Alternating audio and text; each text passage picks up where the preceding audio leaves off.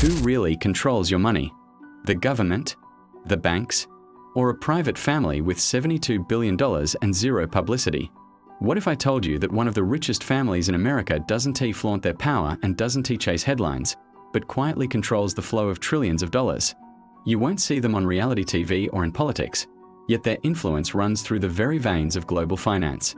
This is the story of the Johnson family, the billionaires behind Fidelity Investments, and the legacy they built in silence. Our story begins in 1946, in Boston, Massachusetts. Edward C. Johnson II, a Harvard graduate and visionary investor, launched a small firm called Fidelity Management and Research. His goal was simple: give ordinary Americans access to professional money management. But what started as a humble investment firm soon became the foundation of a financial dynasty. It was a time of post-war optimism, and Johnson tapped into the growing desire of the middle class to build wealth. He didn't just sell stocks, he sold a vision where anyone could participate in the market. Fidelity wasn't just another firm, it was a promise of financial empowerment, laying the groundwork for an empire that would soon reshape American finance from the ground up. When Edward's son, Ned Johnson III, took over in the 1970s, he transformed Fidelity into an absolute powerhouse. Ned wasn't just a businessman, he was a financial engineer. He pioneered the concept of mutual funds for everyday investors, making Fidelity a household name. This was revolutionary. Before Ned, the stock market felt like an exclusive club, but he opened the doors wide. Under his leadership, the firm expanded worldwide, offering mutual funds, brokerage services, and retirement accounts to millions. By the 1990s, Fidelity wasn't just managing billions, it was on its way to trillions. Ned's innovations didn't just grow the company, they fundamentally changed how regular people save and invest for their future, creating a new financial landscape. Despite their enormous wealth, the Johnsons remained famously private. While other billionaires built brands, the Johnsons built silence. Fidelity is a private company, meaning no stockholders, no public quarterly reports, and no outsiders looking in. This secrecy is their superpower. It allowed them to maintain total control, generation after generation, without answering to Wall Street's whims. They could make bold, long-term decisions that a public company, chained to quarterly earnings, simply couldn't. This quiet, deliberate strategy allowed them to outmaneuver competitors and build a fortress of wealth and influence, all while staying completely out of the public eye.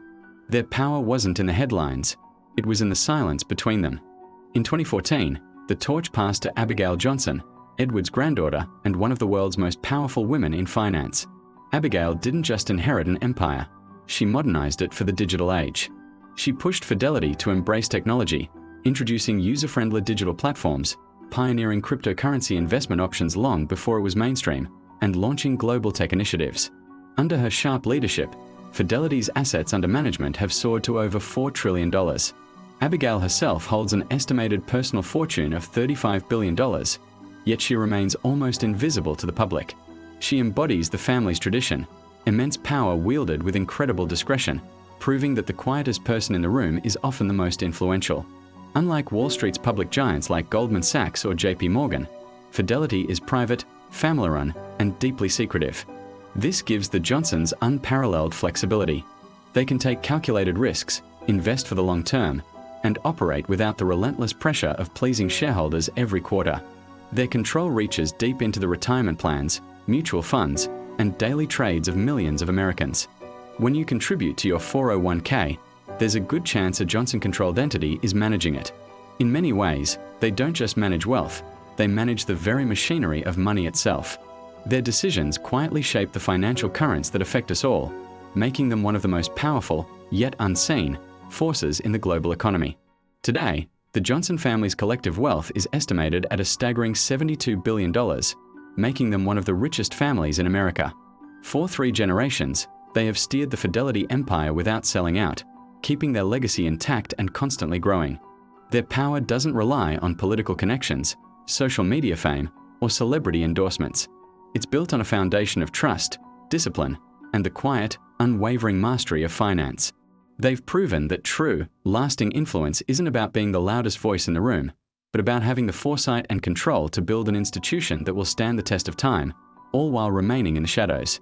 If you've ever had a 401k, a mutual fund, or an IRA, chances are the Johnsons have touched your money. Through Fidelity, they quietly influence markets, shape the retirement futures of millions, and decide where billions of dollars flow every single day. They are the hidden architects of our financial world, operating with a level of control that few can comprehend, let alone challenge. Yet, despite this immense influence, few people outside of the financial industry even know their name. They are the ultimate testament to the idea that real power doesn't need a spotlight. So the next time you check your portfolio or your retirement account, ask yourself, how much of my financial future is in the hands of one family? Thank you so much for watching. If you found this story as fascinating as I did, please hit that like button and subscribe for more deep dives into the hidden forces that shape our world. We'll see you in the next one.